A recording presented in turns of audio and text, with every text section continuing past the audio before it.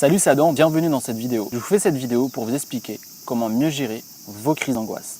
Je vous propose 7 conseils totalement naturels pour mieux gérer vos crises d'angoisse le plus rapidement possible et dès aujourd'hui. Donc vous aurez 7 conseils pratiques et 2 méthodes pour mieux gérer vos crises d'angoisse et ça de façon totalement naturelle. Donc je vais vous donner dès maintenant le premier conseil. Le premier conseil, c'est comprendre vos crises d'angoisse. Si vous arrivez à mieux comprendre vos angoisses, vous aurez beaucoup moins peur. La plupart des gens qui ont des crises d'angoisse ne savent pas ce qui leur arrive et tombent dans cette peur continue où chaque symptôme d'angoisse provoque d'autres peurs et provoque d'autres angoisses. Et pendant des semaines et pendant des mois, ils ont des angoisses de plus en plus fortes et de plus en plus violentes. Donc ce que vous devez faire, c'est comprendre vos angoisses et comprendre vos symptômes d'angoisse. Dans la description, je vous ai mis un lien d'un article que j'ai écrit où je vous liste tous les symptômes des crises d'angoisse. Comme ça, vous aurez déjà plus d'informations et vous aurez déjà beaucoup moins peur de certains symptômes que vous avez déjà peut-être en ce moment.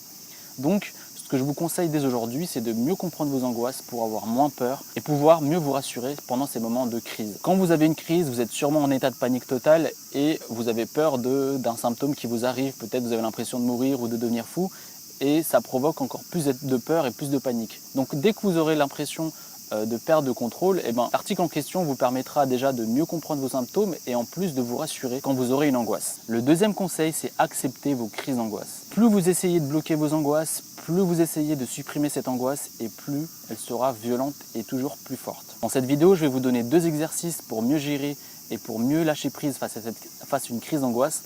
Mais ce que vous devez retenir dans ce deuxième conseil, c'est vraiment essayer de ne pas vous mettre encore plus en panique, plus dans un stress qui vous fait encore plus de symptômes, qui vous rend encore plus mal. Donc, le deuxième conseil, c'est accepter vos crises d'angoisse, même si c'est difficile.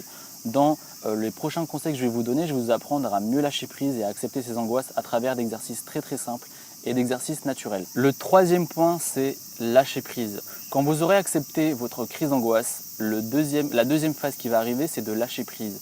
Lâcher prise face aux symptômes d'angoisse, lâcher prise face à cette peur, lâcher prise face à vos pensées négatives. Bref, la deuxième phase après l'acceptation de votre angoisse, c'est de lâcher prise complètement et de vous dire c'est juste une angoisse, j'ai pas besoin de paniquer encore plus, je connais les symptômes d'angoisse comme vous avez pu le lire peut-être dans l'article juste avant. C'est juste des pensées négatives qui me disent que je vais mourir, ou que je vais faire une crise cardiaque ou que je suis en train de devenir fou. C'est tout un mécanisme de l'angoisse qui se met en place quand vous avez cette peur. Donc, le troisième conseil que j'ai à vous dire, c'est de lâcher prise juste après avoir accepté cette angoisse. Quand vous aurez lu mon article sur les symptômes des angoisses, vous aurez beaucoup plus la main sur vos angoisses. Le quatrième conseil, et c'est plutôt une méthode, et c'est la clé pour vous libérer des crises d'angoisse, c'est la respiration. Beaucoup de gens négligent la respiration, pourtant c'est la clé pour se libérer des crises d'angoisse. Ce que je vous conseille dès aujourd'hui, c'est de faire la respiration abdominale. C'est une respiration très simple et très pratique. Je vous ai mis un lien dans la description vers une vidéo où je vous apprends à pratiquer la respiration abdominale. Et l'avantage de cette respiration, c'est que vous pouvez la faire à tout moment et n'importe quand et n'importe où. Que ça soit à la maison, dehors, au travail, bref, n'importe où, dans les transports en commun, en voiture, partout, vous pouvez faire cette respiration et elle vous aidera à gérer vos émotions d'angoisse. Donc ce que je vous conseille, c'est de faire cette respiration dès aujourd'hui et surtout, ce que je vous conseille, c'est de pratiquer très souvent cette respiration. Beaucoup de gens commencent et sont très motivés au début et négligent et ne font plus cette respiration au bout de quelques jours ou au bout de quelques semaines. Pour avoir de vrais résultats, il faut attendre entre 1 à 3 semaines pour voir de résultats concrets sur vos angoisses. Donc je vous conseille dès aujourd'hui de commencer cette respiration et de tenir un engagement envers vous-même de faire 3 semaines de respiration abdominale, même quand vous êtes bien, pour prévenir une angoisse. C'est super efficace pendant l'angoisse et avant l'angoisse et ça vous permettra de réduire énormément vos angoisses. Donc le quatrième conseil, et c'est une méthode, c'est la respiration abdominale. Le cinquième conseil, c'est de rester positif. Comment rester positif quand on est angoissé, quand on a des crises continues et qu'on n'arrive pas à se libérer des crises d'angoisse? Je sais que c'est difficile, mais il existe des exercices pour se libérer de ces pensées négatives et par la même occasion de ces crises d'angoisse. Il existe une méthode qui s'appelle la visualisation positive. La plupart du temps, les gens qui sont angoissés ont des images d'eux très négatives. Ils ont l'impression qu'ils vont mourir, ils ont l'impression qu'ils vont devenir fous, ils ont l'impression qu'ils vont faire une crise cardiaque. Bref, des images très négatives et qui provoquent cette angoisse. La plupart des gens aussi qui ont des angoisses préméditent leur angoisse avec des pensées. Souvent, la négativité est une des premières sources d'angoisse. Donc, ce que je vous conseille de faire, c'est de la visualisation positive. Comment ça marche? Quand vous avez une pensée négative, essayez de penser à l'inverse. C'est-à-dire que si vous avez l'impression que vous êtes en train de devenir fou, vous vous dites mais non, c'est juste une crise d'angoisse et c'est un des symptômes des angoisses. Comme je vous l'ai dit plus tôt, comprendre l'angoisse vous permettra d'avoir moins d'angoisse et de moins paniquer. Donc à chaque fois que vous avez une pensée, eh bien vous pensez à l'inverse.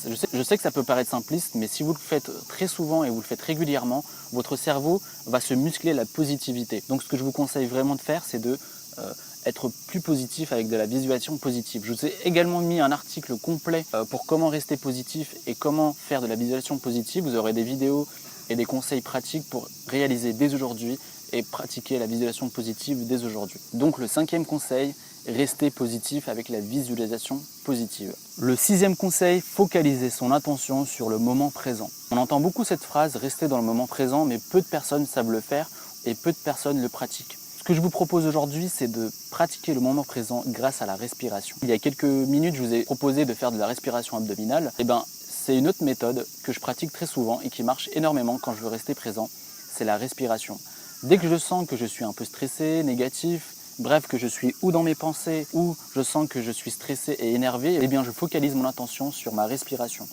J'essaie de focaliser mon attention sur le va-et-vient de ma respiration entre 5 et 10 minutes et je vous assure que ça marche très très bien pour rester dans le moment présent. Vous serez déjà beaucoup moins dans votre tête, beaucoup moins négatif et beaucoup moins stressé si vous focalisez votre attention sur votre respiration.